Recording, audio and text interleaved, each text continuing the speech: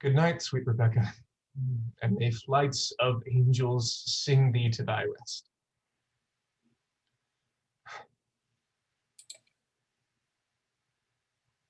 John?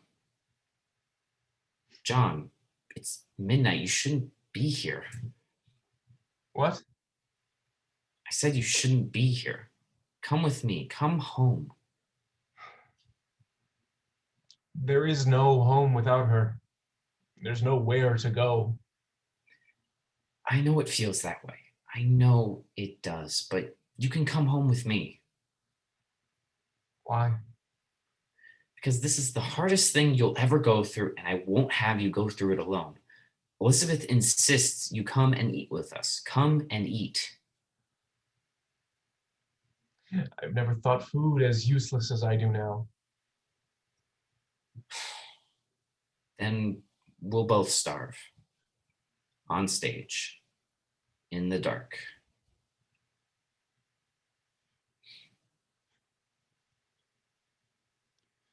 When my first boy died, only months old, I couldn't imagine a loving God that would have any part in such a thing.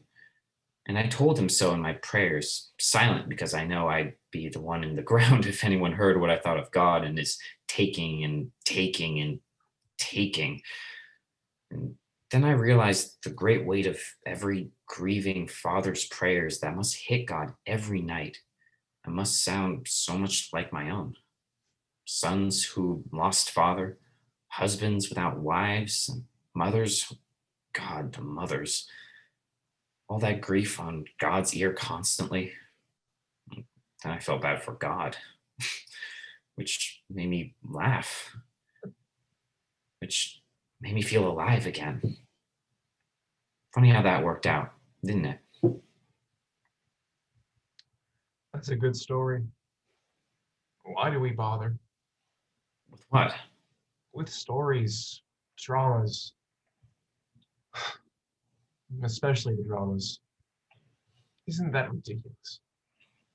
Grown men dressing up as kings and even more ridiculously queens. And people come to see it. And they laugh, but they also weep. They weep with us. Why do they do it? Because stories are real in their own way. No, real life keeps going on, and the villains aren't caught, and the endings aren't right, and it's rough seas and dark days, and we sit here in this barn, playing fictions for willing dreamers. We tell it over and over and over again, and I sit through it, and it's false, and it is hot air, and I need it. When I have nothing left to say, I need it. When I hurt so much I can't breathe. When I've got a horse for a heart and it won't stop running and pounding and running me down. I need it. John, Am I godless? Do I look to fairies and false kings instead of holy people? Does that a heathen make? No, of course not. No. I cannot breathe without her. I cannot breathe at home or in the street or in the yard where she now lies. I cannot breathe in this world but here at the globe. And here I come. And I am lulled into meaning. And that is the greatest fiction of all. Meaning anything. And God and his angels mock us every ending we play but the tragic ones. For if they are tragedies yet, they will be soon enough.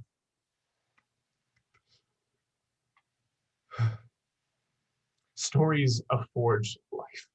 Life is a tempest of loss. Why do we bother with any of it? To feel again. I feel enough. I said to feel again. That's the miracle of it. The fairies aren't real, but the feeling is, and it comes to us here, player and groundling alike, again and again here. Your favorite story just ended? Come back tomorrow. We'll play it again. Don't like the story you're in? A different one starts in an hour. Come here, come again. Feel here, feel again. History walks here. Love is lived here. Loss is met and wept for and understood and survived here. And not the first time, but every time. We play love's first look and life's last here every day. And you will see yourself in it, or your fear, or your future before the play's end. And you will test your heart against trouble and joy, and every time you'll feel a flicker or a fountain of feeling that reminds you that, yes, you are living, and that is more than God gives you in his ample silence. And then it ends, and we players must stand up, and we look at the gathered crowd, and we bow. Because the story was told well enough, and it's time for another.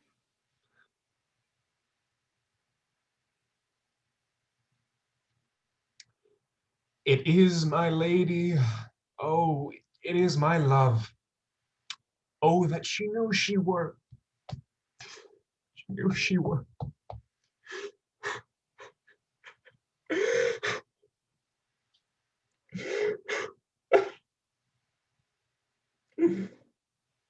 Mourn her, honor her, but do not join her yet.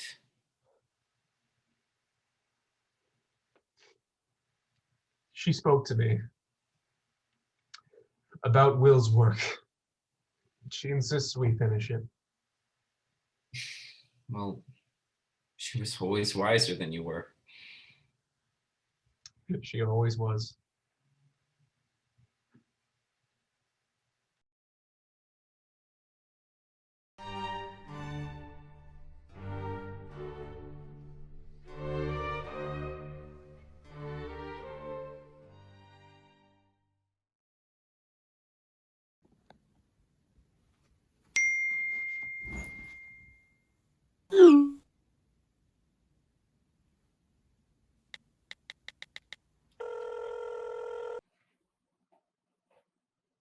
The Honorable Lady of the House. Which is she? Speak to me, I shall answer for her. Your will? Most radiant, exquisite, and unmatchable beauty. I pray you tell me if this be the Lady of the House, for I never saw her. I would be loath to cast away my speech, for besides that it is excellently well penned. I have taken great pains to con it. Good beauties, let me sustain no scorn. I am very compatible, even to the least sinister usage. Whence came you, sir? I can say little more than I have studied, and that question's out of my part. Good gentle one, give me modest assurance if you be the lady of the house, that I may proceed in my speech. Are you a comedian? No, my profound heart, and yet by my very fangs of malice I swear, I am not that I play. Are you the lady of the house? If I do not usurp myself, I am. Most certain. If you are she, you do usurp yourself, for what is yours to bestow is not yours to reserve. But this is from my commission. I will on my own speech in your praise, and then show you the heart of my message. Come to what is important in it, I forgive you the praise. Alas, I took great pains to study it, and 'tis poetical. It is more like to be feigned.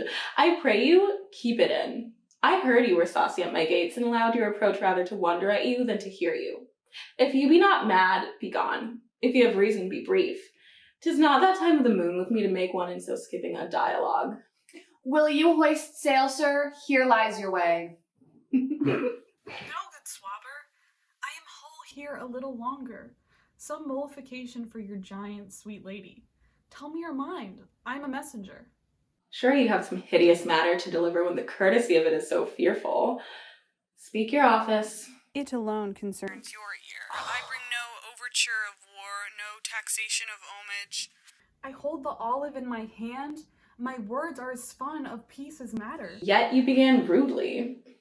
What are you? What would you? The rudeness that hath appeared in me have I learned from my entertainment? What am I To your ears, divinity? To any others, profanation?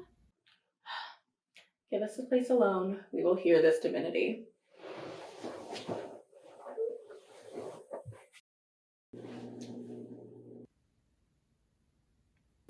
Now, sir, what is your text? Most sweet lady. A comfortable doctrine, and much may be said of it. Where lies your text? In Orsino's bosom. In his bosom! Oh, in what chapter of his bosom? To answer by the method in the first of his heart. Oh, I have read it. It is heresy. Have you no more to say? Good madam, let me see your face.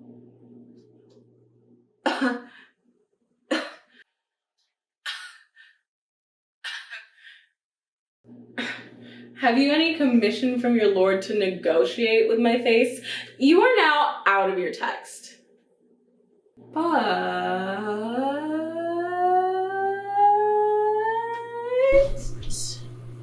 we'll draw the curtain and show you the picture. Look you, sir. Such a one I was this present. Is it not well done? Excellently done, if God did all. 'Tis in rain, sir.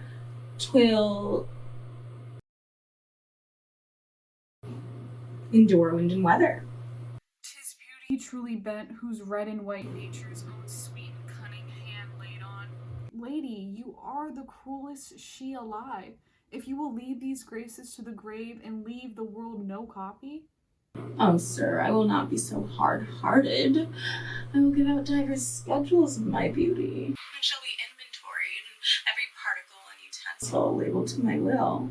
As, item, 2 lips, indifferent red, 2 gray eyes with lids to them, item, 1 neck, 1 chin, and so forth. Were you sent hither to praise me? I see what you are. You're too proud. But if you were the devil, you are fair. My lord and master loves you. Oh, such love could be recompensed though you were crowned the non-parallel of beauty. How does he love me? With adorations, fertile tears, with groans that thunder love, with sighs of fire. Your lord does know my mind. I cannot love him. Yet, I suppose him virtuous, know him noble, of great estate, of fresh and stainless youth, in voices well divulged, free, learned, and valiant, and in dimension and the shape of nature a gracious person. But yet I cannot love him. He might have took his answer long ago. If I did love you in my master's flame, with such a suffering, such a deadly life, in your denial I would find no sense. I would not understand it. Why, what would you? Make me a willow cabin at your gate and call upon my soul within the house. Write loyal canons of uncontempted love and sing them loud even in the dead of night. Aloe your name in the vertebrate hills and make the babbling gossip of the air cry out, "Oh, Olivia, oh!" You should not rest between the elements of air and earth, but you should pity me.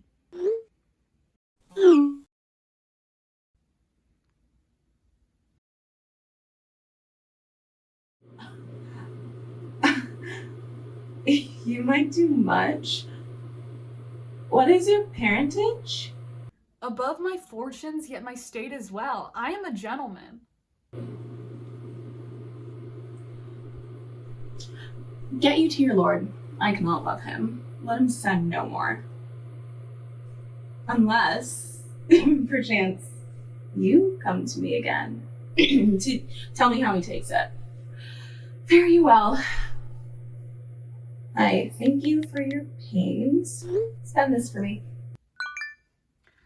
I am no feed post, lady. Keep your purse. My master, not myself, lacks recompense. Love makes his heart of flint that you shall love, and let your fervor be like my master's. Be placed in contempt. Farewell, fair cruelty.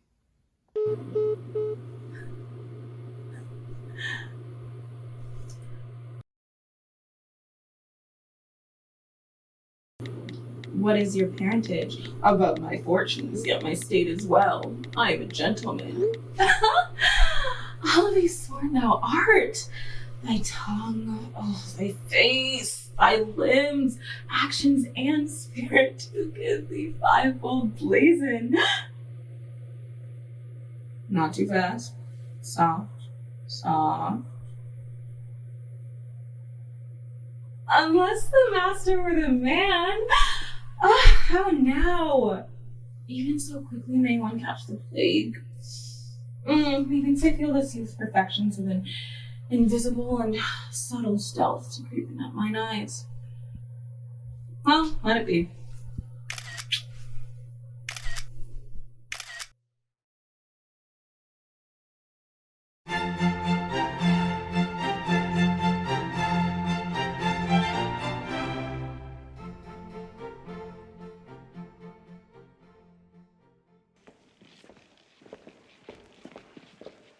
My good friends, I'll leave you till night.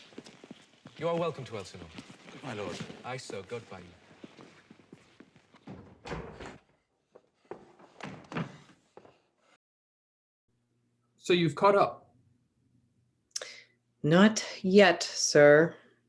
Now mind your tongue, or we'll have it out and throw the rest of you away, like a nightingale at a Roman feast. Took the very words out of my mouth. You'd be lost for words. You'd be tongue-tied. Like a mute in a monologue. Like a nightingale at a Roman feast. Your diction will go to pieces. Your lines will be cut. To dumb shows. And dramatic pauses. You'll never find your tongue. Lick your lips. Taste your tears. Breakfast. You won't know the difference. There won't be any. We'll take the very words out of your mouth. So you've caught up. So you've caught up.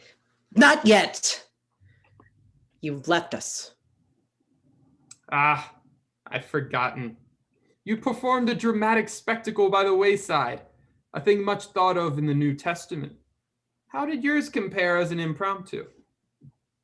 Badly. Neither witnessed nor reported. Yes, I'm sorry we had to miss it. I hope you didn't leave anything out. I'd be furious to think I didn't miss all of it. We can't look each other in the face. You don't understand the humiliation of it. To be tricked out of a single assumption which makes our existence viable, that somebody is watching. The plot was 2 corpses gone before we caught sight of ourselves, stripped naked in the middle of nowhere and pouring ourselves down a bottomless well. There we are, demented children mincing about in clothes that no one ever wore, speaking as no man ever spoke, swearing love in wigs and rhymed couplets, killing each other with wooden swords, hollow protestations of faith, hurled after empty promises of vengeance, and every gesture, every pose vanishing into the thin, unpopulated air. We ransomed our dignity to the clouds, and the uncomprehending birds listened. Don't you see? We're actors. We're the opposite of people. Think. In your head now, think of the most private, secret, intimate thing you have ever done, secure in the knowledge of its privacy. Are you thinking of it? Well, I saw you do it. You never. It's a lie. We're actors. We pledged our identities, secure in the conventions of our trade, that someone would be watching. And then gradually, no one was. We were caught high and dry. It was not until the murderer's long soliloquy that we were able to look around, frozen as we were in the profile. Our eyes searched you out, first confidently, then hesitantly, then desperately, as each patch of turf, each log, each exposed corner in every direction proved uninhabited. And all the while, the murderous king addressed the horizon with its dreary, interminable guilt. Our heads began to move. Wary as lizards, the corpse of unsullied Rosalinda peeped through his fingers, and the king faltered. Even then, habit and a stubborn trust that our audience spied upon us from behind the nearest bush forced our bodies to blunder on long after they had emptied of meaning, until like runaway carts, they dragged to a halt. No one came forward. No one shouted at us. The silence was unbreakable. It imposed itself upon us. It was obscene. We took off our crowns and swords and cloth of gold and moved silent on the road to Elsinore.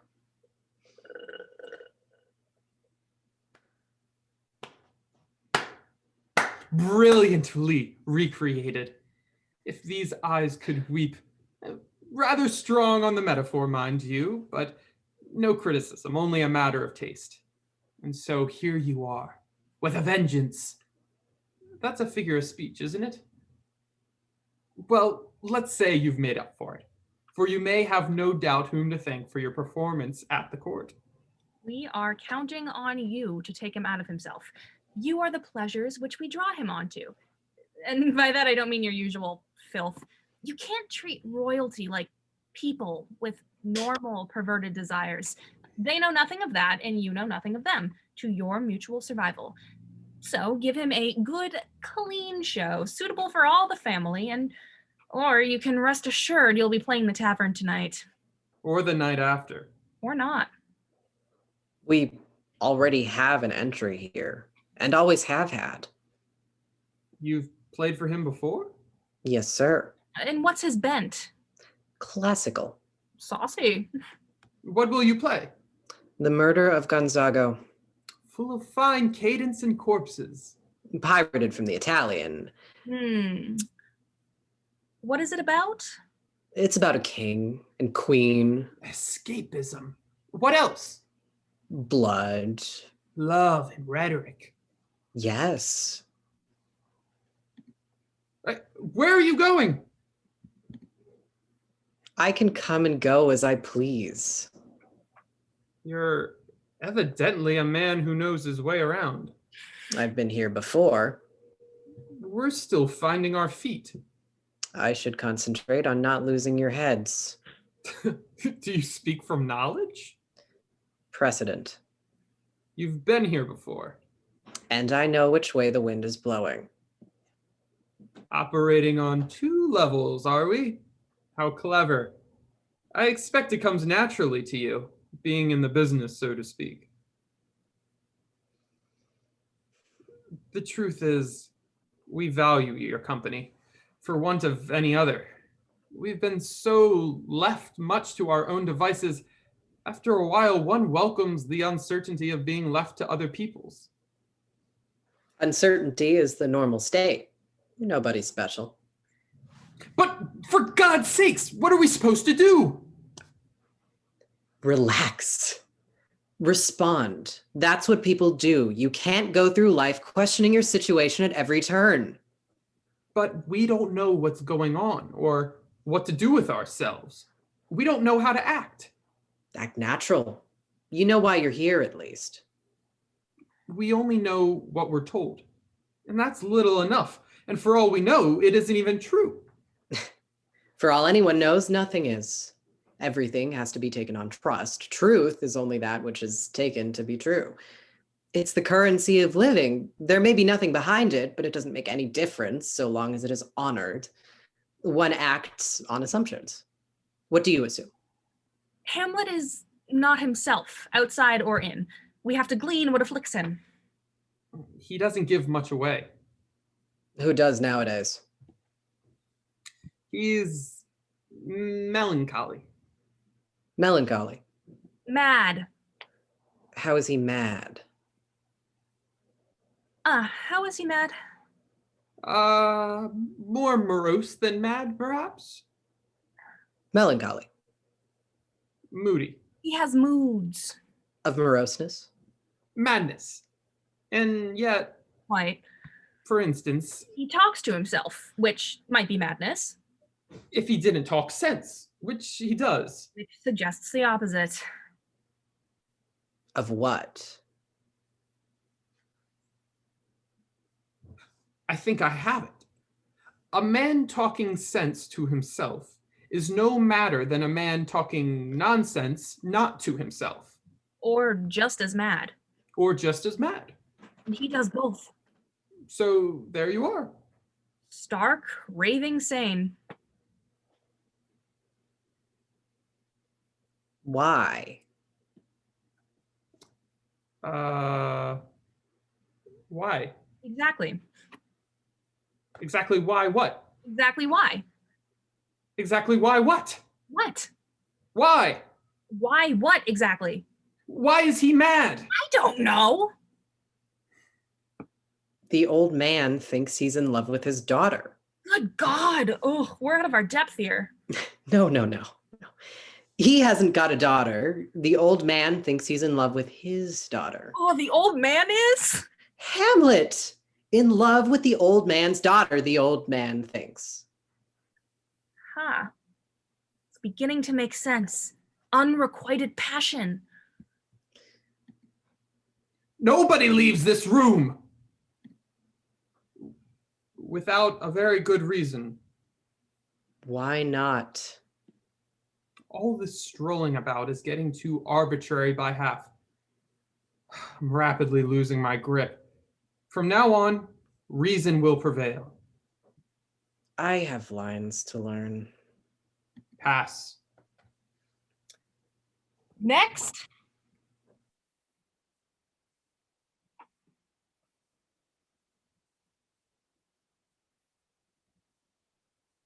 What did you expect?